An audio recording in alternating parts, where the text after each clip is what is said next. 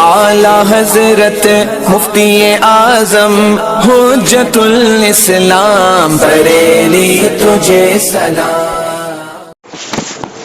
السلام علیکم ورحمۃ اللہ وبرکاتہ۔ بسم اللہ الرحمن الرحیم۔ واما علی موضوعی فلأن تمایز العلوم بحسب تمایز الموضوعات۔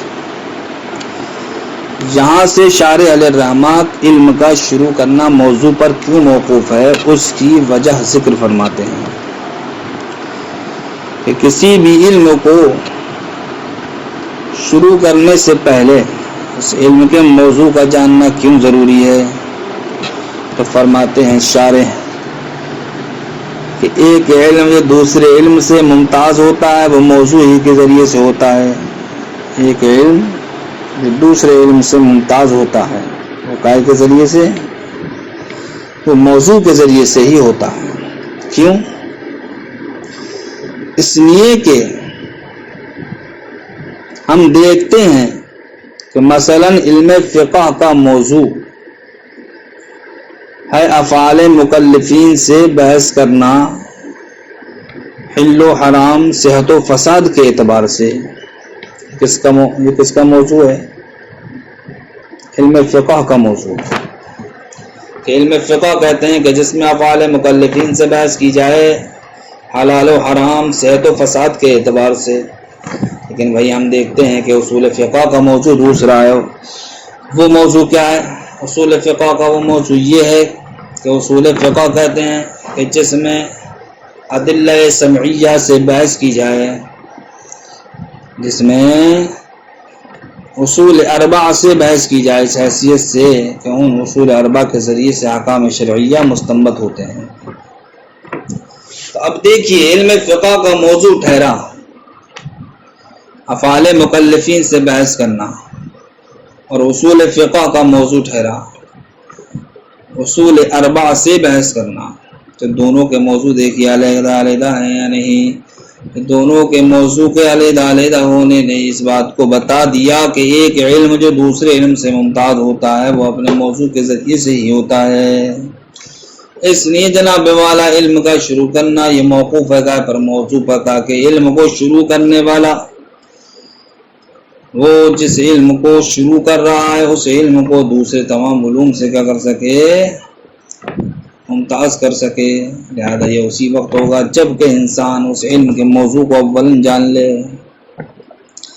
تو فرماتے ہیں وہاں مالا موضوع ہی رہا علم کے شروع کرنے کے موقوف ہونے کی وجہ موضوع پر وہ یہ ہے فلأن تمایز العلوم، اس لیے کہ علوم کا ممتاز ہونا بحسب تمایز الموضوعات، یہ موضوعات کی تمایز کے اعتبار سے ہے، یہ موضوعات کے ممتاز ہونے کے اعتبار سے ہے۔ اس لیے کہ فإن عالم الفقہ، اس لیے کہ وہ انسان جس نے علم فقہ کو جانا مثلا انما یمتاز عن علم اصول الفقہ، نیز وہ ممتاز کر لے گا اس علم فقہ کو کیسے؟ اصول فقہ سے، بے موضوع ہی اصول فقہ کا موضوع کے اعتبار سے۔ کیوں؟ لأن عالم الفقہ، اس لیے کہ وہ انسان جس نے فقہ کو جانا، فقہ کہتے ہیں یبحث فی عن افعال المکلفین، کے جس میں افعال مکلفین سے بحث کی جائے من حیث انہا تحل و تحرم، حل و حرام کی حیثیت سے، وتصح و تفسد، صحت و فساد کے اعتبار سے۔ وعالم، اور اس نے یہ جانا کہ اصول فقہ کس کو کہتے ہیں؟ یبحث فی عن ادلۃ السمعیہ، اس کو کہتے ہیں کہ جس میں ادلہ سمعیہ سے یعنی کہ اصول اربع سے بحث کی جائے من حیث انہا تستنبط منہا الاحکام الشرعیہ، اس اعتبار سے کہ اس سے احکام شرعیہ کا استنباط ہوتا ہے۔ فلما کان لہذا موضوع ولذلك موضوع آخر، تو جب ایک علم کے لیے یہ موضوع ہے اور دوسرے علم کے لیے دوسرا موضوع ہے، سارا علمین متمایزین منفردا، تو ایسی صورت میں دونوں علم ممتاز ہو جائیں گے علیحدہ علیحدہ، کل واحد منہما عن الآخر، ان میں سے ہر ایک دوسرے سے۔ فلو لم يعرف الشارع في العلم ان موضوعه اي شيء هو لم يتميز العلم المطلوب عنده ولم يكن له في طلبه بصير.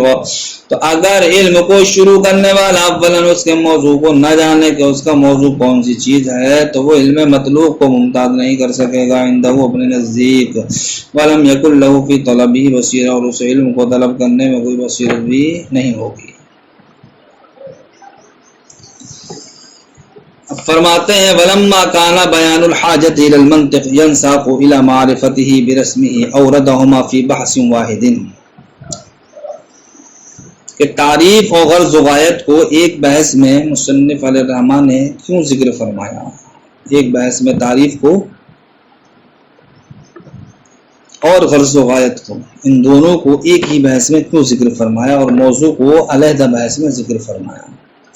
اس کا جواب شارح علیہ الرحمٰ دیتے ہیں کہ تعریف و غرض و غایت دونوں کو ایک ہی بحث میں ہم نے اس لیے جمع فرمایا کہ اس علم کے غرض و غایت یہ لے جاتی ہے اس علم کی تعریف بالرسم کی جانب.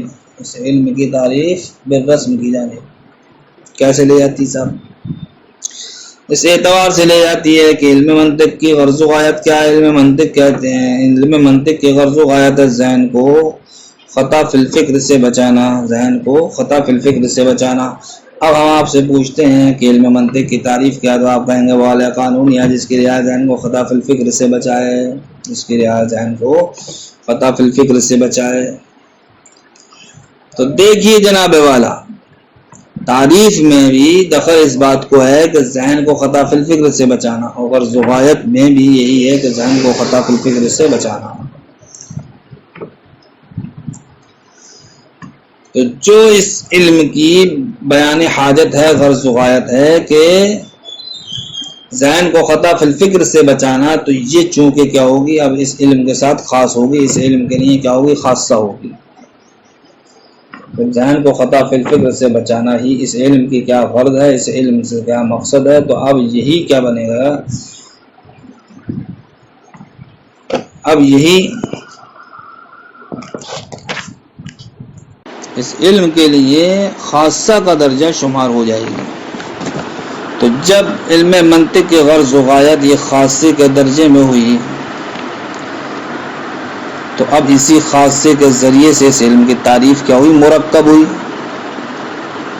اور جو تعریف خاصے کے ذریعے سے مرکب ہوتی ہے، خاصے کے ذریعے سے پائی جاتی ہے، اس کو تعریف بالرسم کہا جاتا ہے. تعریف بالرسم کہا جاتا ہے. اس لیے شارح علیہ الرحمٰ بیان فرماتے ہیں کہ غرض و غایت اس علم کی کس کی جانب لے جاتی ہے؟ اس علم کی تعریف بالرسم کی جانب لے جاتی ہے. لہذا اس وجہ سے دونوں کو یعنی غرض و غایت اور تعریف کو علم منطق کی قائم میں جمع کر دیا، ایک ہی بحث میں جمع کر دیا.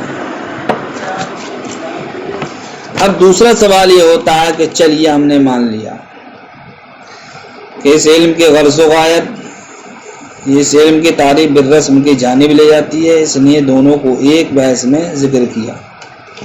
تو اب انہی دو میں سے کسی ایک سے بحث کا آغاز بھی تو کرنا چاہیے تھا. بحث کی جو شروعات کرنی چاہیے تھی وہی نہیں دونوں میں سے کسی ایک کے ذریعے سے کرنا چاہیے تھی، یا تو غرض و غایت سے کرنا چاہیے تھی یا پھر منطق کی تعریف سے کرنا چاہیے تھی. لیکن ہم دیکھ رہے ہیں کہ بحث کا جو آغاز ہو رہا ہے وہ جناب والا غرض و غایت سے نہیں ہو رہا ہے، وہ جناب والا تعریف سے نہیں ہو رہا، بلکہ تقسیم علم سے ہو رہا ہے. کیسے ہو رہا ہے؟ تقسیم علم سے ہو رہا ہے. تو ایسا کیوں کیا گیا؟ تو اس کا جواب یہ ہے کہ یہاں پر بحث کا آغاز حقیقتاً بیان حاجت ہی سے ہے، حقیقتاً بیان حاجت ہی سے ہے، لیکن وہ بیان حاجت موقوف ہے کائے پر؟ علم کی تقسیم پر. جو علم کی تقسیم ہوئی ہے تصور سازج اور تصور مال حکم کی جانب. اب یہ بیان حاجت علم کی تقسیم پر کیسے موقوف ہے؟ اس لیے موقوف ہے ہم کہتے ہیں کہ علم کی دو قسمیں ہیں، ایک کا نام ہے تصور، دوسرے کا نام ہے تصدیق. تصور و تصدیق میں سے بعض تصورات نظری ہیں، بعض بدیہی ہیں. تو جو نظری ہیں ان کو بدیہی سے حاصل کیا جاتا ہے بطریق نظر و فکر، اور ہر نظر و فکر صحیح و درست نہیں ہوتی ہے. لہذا صحیح راہوں کو دوسری غلط رائےوں سے تمیز دلانے کے لیے یا صحیح فکروں کو غیر صحیح فکروں سے تمیز دلانے کے لیے ضرورت پڑے گی ایک اعلی قانون کی، اور وہی قانون کیا ہے؟ منطق ہے۔ تو دیکھیے یہاں پر بیان حاجت المنطق کے منطق کی ضرورت کیوں پیش آئی؟ منطق کی ضرورت اس لیے پیش آئی تاکہ ہم ایک نظر صحیح کو یا فکر صحیح کو دوسری غلط فکر سے کیا کر سکیں؟ ممتاز کر سکیں، جدا کر سکیں۔ تو یہ موقوف تھا کائے پر؟ علم کی تقسیم پر، اس لیے کہ ہم پہنچے اس بات پر کہ علم کی دو قسمیں، تصور و تصدیق، پھر ان میں سے ہر ایک کی دو قسمیں ہیں۔ ایک کا نام تصور نظری، دوسری قسم کا نام تصور بدیہی، تیسری اور تصدیق کا پہلی قسم کا نام تصدیق نظری، دوسری قسم کا نام تصدیق بدیہی۔ تو جو نظری ہیں ان کو بدیہی سے حاصل کیا جاتا ہے بطریق نظر و فکر۔ ہر نظر و فکر درست نہیں ہوتی، لہذا ضرورت پڑے گی ایک قانون کی، جو قانون ذہن کو خلاف فکر سے بچانے والا ہو، وہی کیا ہے؟ منطق ہے۔ تو دیکھیے بیان حاجت الی المنطق تک ہم کب پہنچے؟ جب ہم نے علم کی تقسیم کی۔ اس لیے شارح بیان فرماتے ہیں کہ مصنف علیہ الرحمٰن نے بحث کا آغاز بیان حاجت ہی سے کیا ہے، لیکن بیان حاجت یہ موقوف ہے دائیں پر علم کی تقسیم پر، اس لیے بحث کا آغاز مصنف علیہ الرحمٰن نے علم کی تقسیم سے فرمایا ہے۔ فرماتے ہیں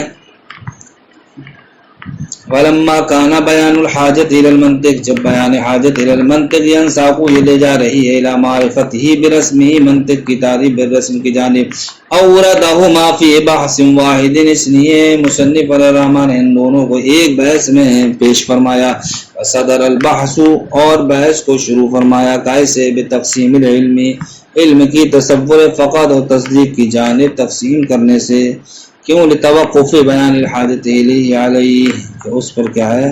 بیان حاجت الی المنطق یہ موقوف ہے، اس لیے مصنف علیہ الرحمٰن نے علم کی تقسیم سے اپنی کتاب کا آغاز فرمایا۔ السلام علیکم ورحمۃ اللہ وبرکاتہ۔ کل سے انشاءاللہ اس قول کے تحت جتنی گفتگو ہوئی اتنی ہی گفتگو کی بمقدار کل سے آپ انشاءاللہ میر قطبی کتاب کو ملاحظہ کریں گے۔ السلام علیکم ورحمۃ اللہ۔